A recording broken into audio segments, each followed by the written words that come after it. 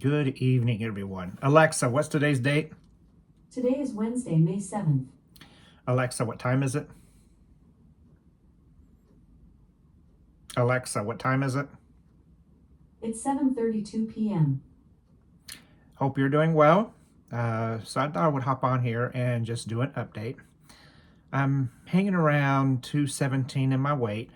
It was down at 215, back up to 217. It just keeps fluctuating. And then, of course, I haven't been fasting like I wanted to because we have stuff going on at work that I've been participating in. So got to get back on the ball. I'm planning on going back to the gym tonight and try to get started. I am still having some knee issues, so it's making it hard for me to do a lot of stuff that I know that works for my weight loss. So just do what I can. All right. So that being said, over the weekend I went to Longview and met up with a friend of mine, a local history friend, and I bought a couple of things off of him. One book in particular that's rare. I'll save that for last, but a couple other things.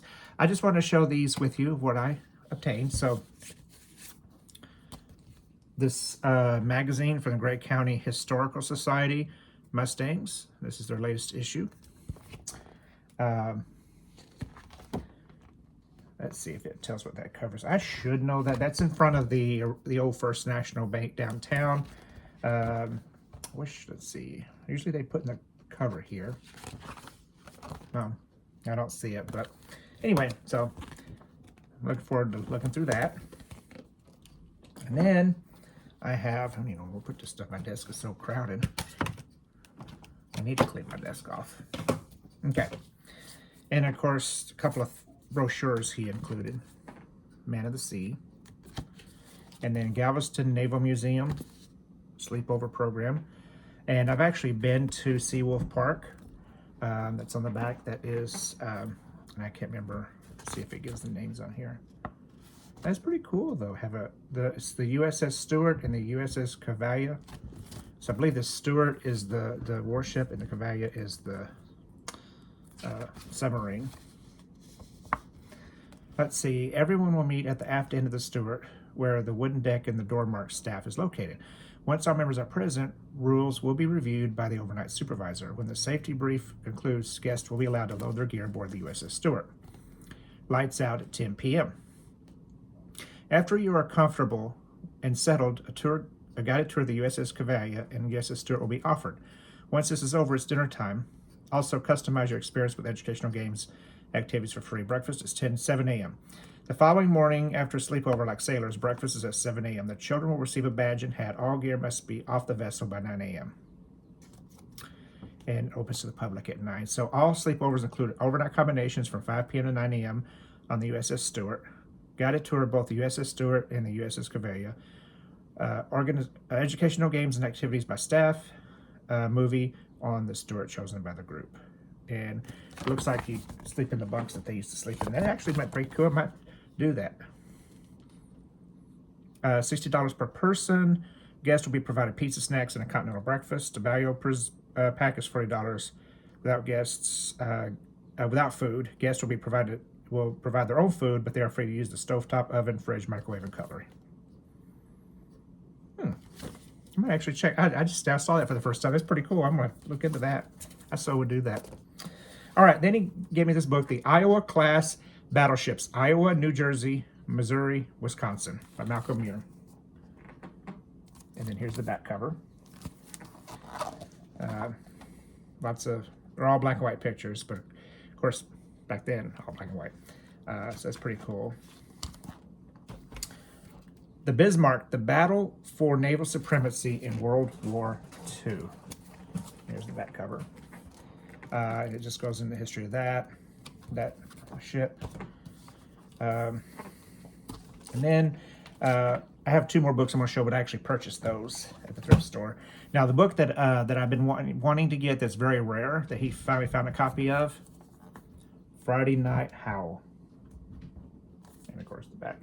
So this book right here, the author, Jeremy Cotham, he was actually came down with cancer, sadly, and he died right after he finished the book, but did not get to see it published. So his family continued his wishes and got the book published to continue his legacy. There's very few of these actually printed, so they're very rare. Here's the spine, and it's the history of Longview High School. And you know what's pretty cool is what was in this book. So look at this. There's the old Longview High School that was torn down downtown, and it was demolished in 1988. And then there's students that attended. This must have been from one of the reunions. Here's a real picture of students. I don't know, without the glare. And this was taken in front of the old high school because I recognize the columns here, or I don't know if you call them columns, but I'm not sure what the actual architectural term is. And then the doors, and I recognize the design. So that is definitely in front of the old high school on Whaley Street. That is pretty cool. Look at that. And look at this one. This one here, I love. I hated that it was left in this book with the other one. This one here had someone stapled it. And then it was put in the book with this one against this big one was put with this one, and the staples kind of made indentions in it. So, but I did separate it. But this is a pretty cool picture, and I'll explain why. This is 8 by 10. So this picture right here of Foster Middle School, or it used to be called Longview Junior High School. So there's the main building right there, and that building was built in 1928 as Longview High School originally. And this building here was built in I believe 47, and that holds the gymnasium plus additional classrooms. And this was already a junior high school when this part was built. But they're in the football field, and what's interesting is there's a one-story addition on this side of the gymnasium that was constructed that is still there today that is not in this picture. And I don't know when that was, but that was years ago when it was constructed. And originally, I believe it was a cafeteria, and then it was converted to the shop, the woodworking shop.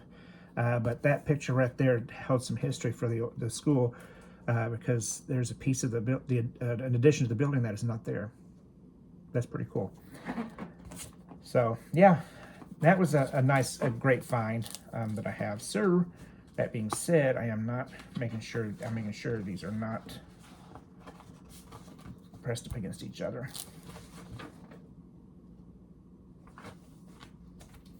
Okay, whoops. Now it's a thrift store. I found this book here, Robert Ballard, Ocean Exploration.